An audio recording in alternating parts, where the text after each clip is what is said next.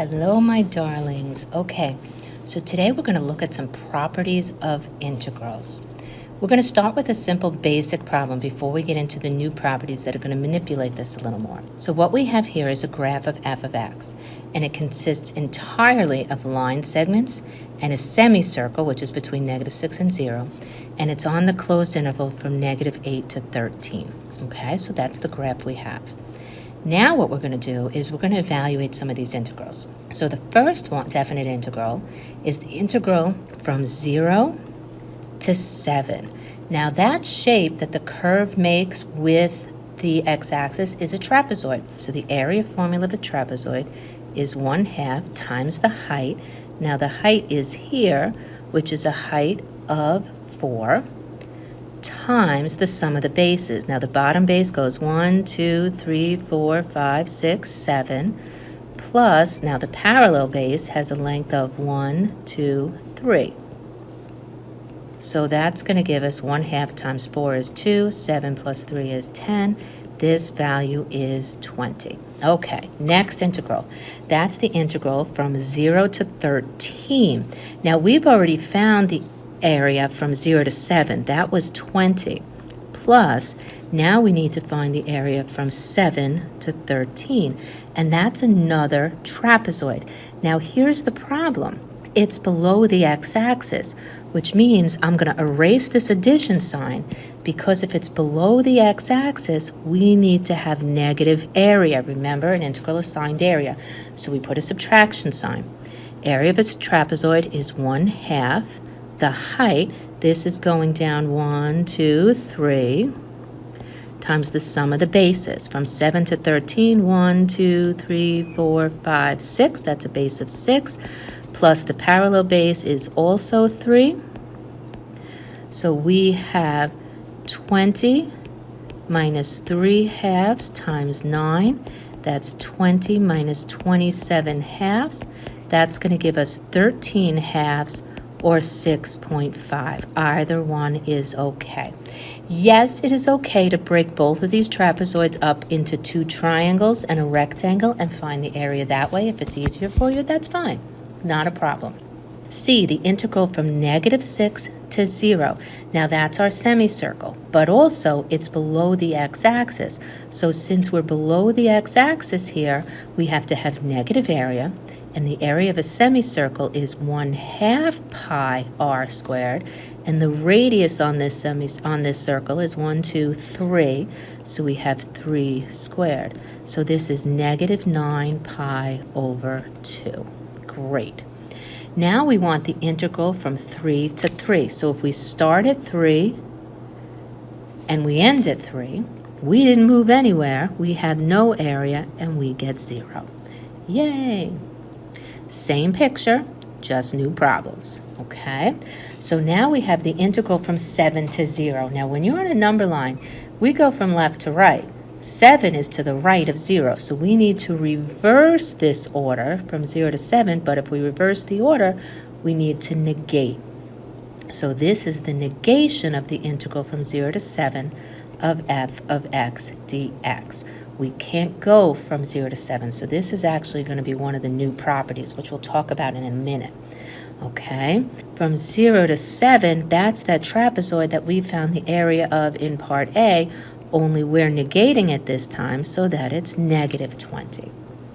F has the same type of problem. We can't go from 10 to 4.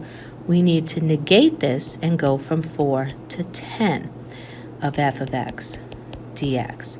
Now 4, so this is equal to the negation, 4 is here, and 10 is here. So again, I have 2 trapezoids, or you can have 2 rectangles and 2 triangles, your call. I'm going to use, now I have to have this negative around all of it. So my top trapezoid is 1/2 the height, so 4 times 1/2 times the bases. The bottom base is 3, the top base is 1. Now the bottom trapezoid down here, it's below the x-axis, so I have to negate this. And it's 1/2 times the height is 3, so that's 3/2 times.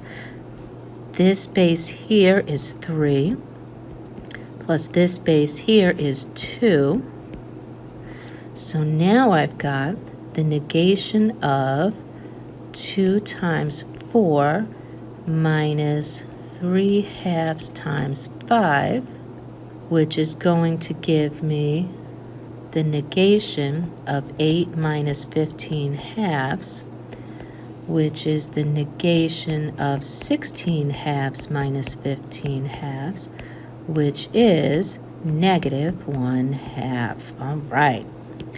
Now let's try the integral from negative 8, that's all the way here, all the way to 13. So we're doing everything. So let's look at this. This is a triangle.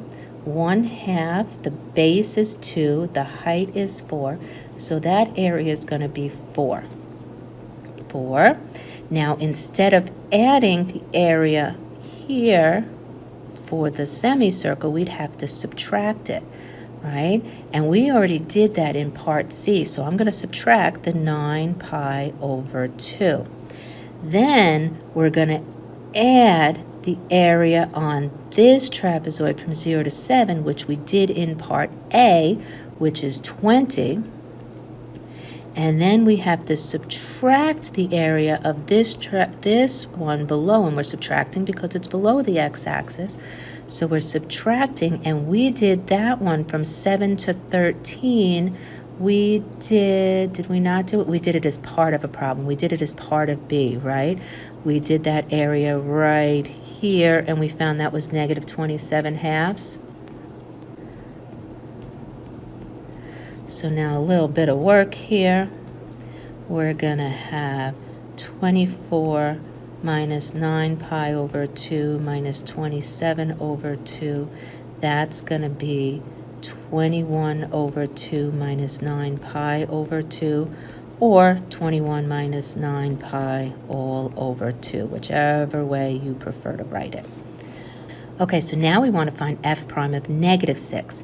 Now, the derivative is, remember, this is the function f of x, so our derivative is the slope of the curve at negative 6. But if you look at negative 6, we have a corner. And if there is a corner, there is no derivative. So this derivative does not exist. Awesome. Now we want the second derivative at 6. Now remember, f of x is linear, right? It's a linear function here at 6. If you look at this piece where x is 6, that's a linear piece. So f of x is linear at x equals 6, which means the derivative of that is just a constant slope. So f prime of x is a constant. What's the derivative of a constant? Well, that's our second derivative, which has to be 0. There we go. Notice there's no concavity on a line. It's not concave up or concave down. That's because the derivative is 0 for that whole time.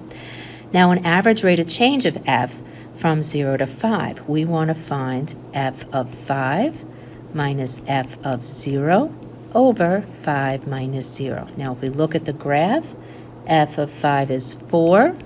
Minus f of 0 is 0, all over 5 minus 0, which gives us 4/5. There we go. Same picture, new problems. True or false? What do you think? That the integral from 0 to 2, that area, plus the integral from 2 to 4, that area, is the same as the integral from 0 to 4.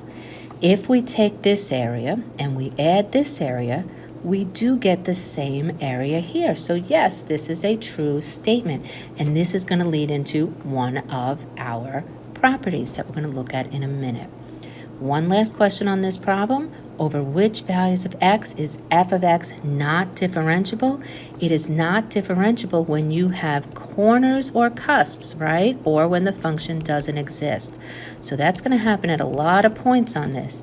It's going to corner here, corner here, corner here, corner here, corner here, corner here, corner here. That's a lot of corners at x equals negative 6, 0, 2, 5, 7, 8, and 11. Nice. Okay, so now we're going to formalize those properties. So the first thing is that f and g are integrable functions. We can take the integrals. We're on closed intervals from a to b and b to c, and k is a constant. So k is some constant.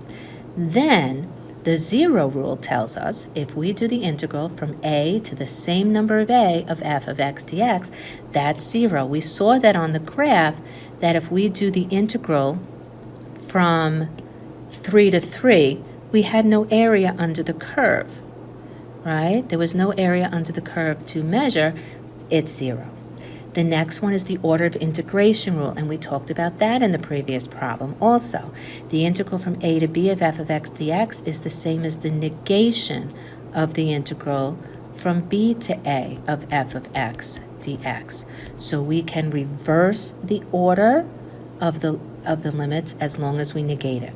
Now the constant rule we've already talked about, that if we do the integral from a to b of a constant k, I think we used c when we did the rule, the constant k of d of x, that's because remember, that's a horizontal line with a height of k, and we go from a to b, we'd have a rectangle here.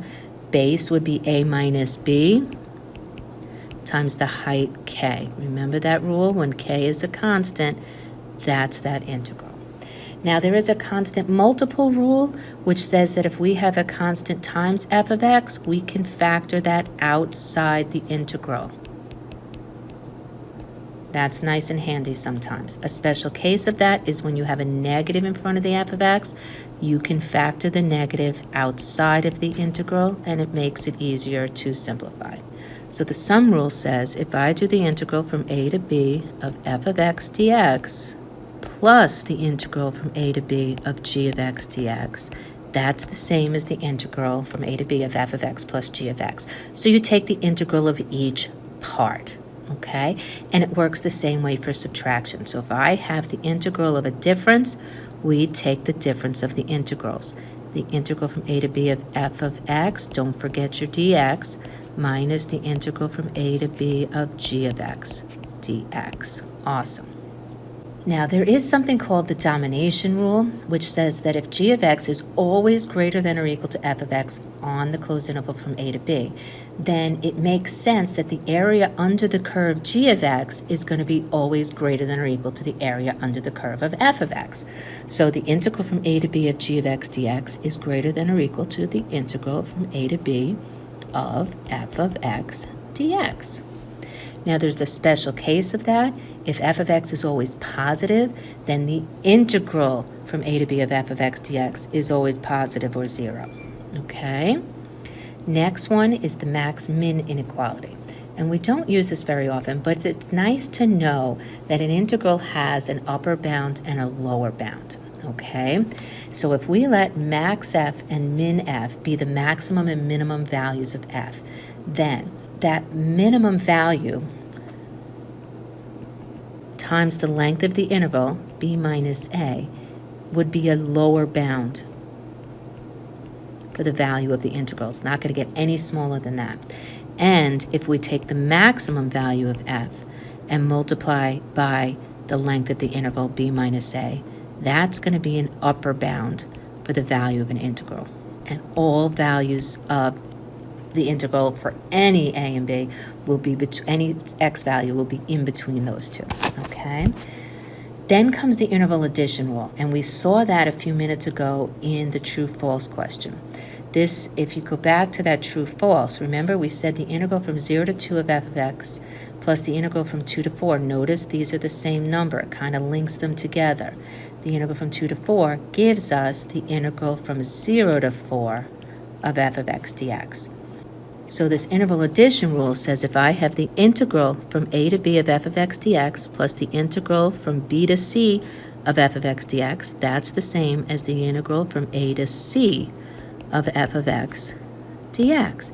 And then we can also, if we know parts, we can use, so if I know the integral from b to c and I know the integral from a to c, or I know the integral from a to b, we can use them to find other things. We can manipulate this, and we can subtract this from both sides, and we'd have the integral from a to c of f of x dx minus the integral from a to b of f of x dx. And there we go. So that's all the properties. We used a lot of them the same, over and over again, and then some we use less often. So here's an example. We're going to use the properties of integrals to evaluate each of the following, knowing that for this problem, the integral from a to b of f of x dx is 8. The integral from a to b of g of x is negative 3. And the integral from a to b of h of x dx is 5 over 2. Okay, so we want to do the integral from b to a of g of x dx. That's similar to this, but the order changed. So we have to reverse the order to get a to b of g of x. Am I allowed to just switch the order? I'm allowed to switch it if I negate it. That means my answer is the negation of this negative 3 or positive 3. Now the next one, we have a 2 times f of x. So I can factor out that 2 times the integral of a to b of f of x dx, which will mean I have 2 times this integral is 8, and my value is 16. Now I also have the integral from a to b of 5 dx. Now 5 is a constant, so that means this is 5 times the length of the interval b minus a, and that's our answer. Now I've got the integral from a to b of a sum. So I'm going to break this up into the integral from a to b of 5 dx plus the integral from a to b of g of x dx. Now we just saw that the integral from a to b of 5 dx was 5 times b minus a. And we know that the integral from a to b of g of x dx is negative 3. Here's our answer. And yes, you can write 5b minus 5a minus 3. That's also true. Very good. All right, next up, we have the integral from a to b of f of x minus g of x. So that means we're going to break up the subtraction. The integral from a to b of f of x dx, and then minus the integral from a to b of h of x dx. Well, we know that the integral from a to b of f of x dx is 8, minus, we know that the integral from a to b of h of x dx is 5 halves. So that's going to give us, let's see, that 8 is 16 halves minus 5 halves. That's 11 halves. There we go, or 5.5. Next up, we have addition. Notice this addition problem. We have the integral from a to 4 of h of x dx plus the integral from 4 to b of h of x dx. Those limits are going to connect, and we can say that's equal to the integral from a to b of h of x dx. And we know that that value is 5 halves. Done.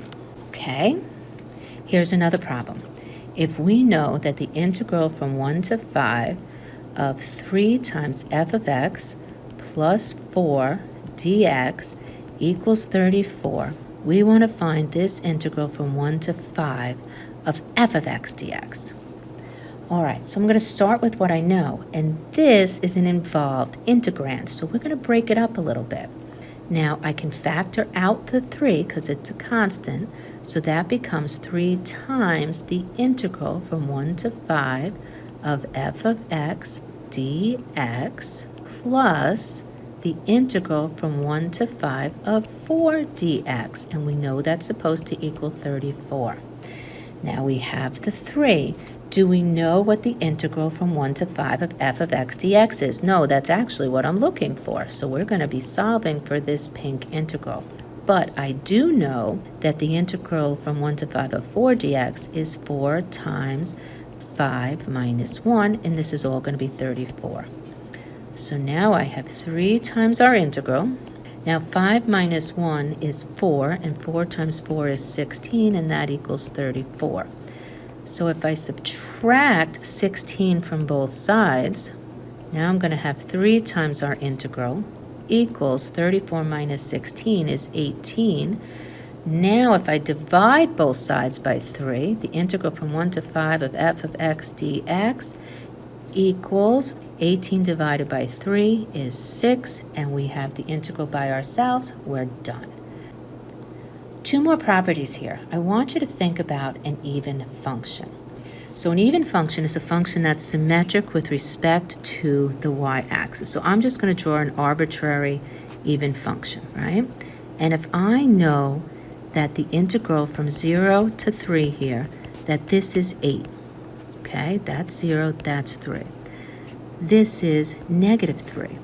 What is this area over here? Well, since it's symmetric with respect to the y-axis, this is the same amount of area as we had on the right-hand side. So this is also 8, right? So that means that the integral from negative 3 to 3 of f of x dx is equal to twice the integral from 0 to 3 of f of x dx. So this is 2 times 8, or 16. So it's nice to know when you have an even function that if you know the value of the integral on one side, you can double it to get the whole. Now, what about an odd function? Now, odd functions are symmetric with respect to the origin. So let's take a basic function, even let's just make it a linear function here, okay? And if we know that from 0 to 3, we have area here that is 8, what happens when you go from negative 3? What do we know about this area? Now the area is still 8, but the integral is going to be negative 8 because it's signed area. So that means that the integral from negative 3 to 3 of f of x dx, if I add that up, that's 8 plus a negative 8, that's just 0. So odd functions, the areas, the positive area and the negative area, are going to add up to 0. Okay, just a couple little more things. We're going to sketch the region defined by the integral, then we're going to evaluate each integral using a geometric formula. No calculators. So if you think about the integral from negative 2 to 2 of the square root of 4 minus x squared dx, now we're supposed to be able to recognize what curve the square root of 4 minus x squared is. That is a semicircle, and it's the top piece of the circle, right? Because it's a positive square root. The radius on that is the square root of 4, which is 2, and this comes up to 2. So this is a semicircle, so if we want to find the area, we use an area formula, which is pi r squared over 2. So pi over 2, and our radius is 2. We square it, we're going to get 2 pi. Ta-da! Now, let's say we have the integral from 1 to 4 of the function x plus 3 dx. Now, if we think about this, drawing a graph here, and let's see, 1, 2, 3, 4, 5, 6, 7, 8, 1, 2, 3, 4, and we want to graph the line y equals x plus 3, so it starts here, has a slope of 1,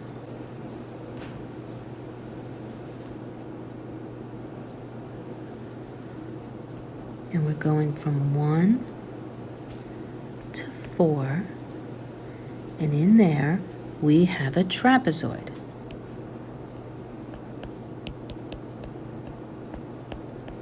And the area of a trapezoid is 1/2 the height times base 1 plus base 2.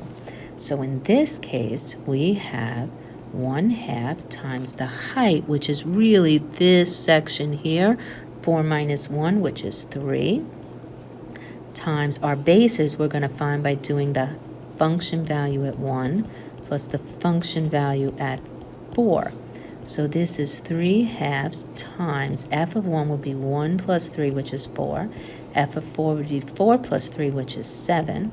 So we have 3/2 times 11, or 33/2. Nice. One more problem for the day. Now we have the integral from negative 2 to 4 of the absolute value of x plus 3. Now the absolute value of x plus 3 takes the graph of the absolute value of x and shifts it up 3. So we have an absolute value that's up 1, 2, 3, and then we have an absolute value graph where the slope is 1 in both directions. and we're going to go from -2 to 4. We now have 2 trapezoids. So if it's easier for you to do the trapezoid separately, let's say this one is trapezoid 1 and this one is trapezoid 2. So trapezoid 1, we do 1/2 times the height, which is this distance here from -2 to 0. That distance is 2 times, now we're going to get the height at -2 plus the height at 0. So that's 1/2 times 2 is just 1. F of -2 is the absolute value of -2 plus 3. F of 0 is the absolute value of 0 plus 3. So this is going to give us 2 plus 3, which is 5, and 0 plus 3, which is 3. That's going to give us 8. Okay, so we know we're going to have 8. And then we're going to do trapezoid 2. So our area is 1/2. Now the base on this one goes from 0 to 4, so that's a 4. We're going to find the height first at 0, so f of 0, and then at 4, so f of 4. So 1/2 of 4 is 2 times f of 0, we do the absolute value of 0 plus 3, plus f of 4 is the absolute value of 4 plus 3. So we're going to have 2 times absolute value of 0 plus 3 is 3. Absolute value of 4 plus 3 is 7. And 3 plus 7 is 10. 2 times 10 is 20. So we're going to add that 20 to the 8. And that means that our total area is 28. All right, guys, there we go. We've learned some properties of integral, and we practiced finding areas using geometric area formulas. Have a great day, guys. See you soon.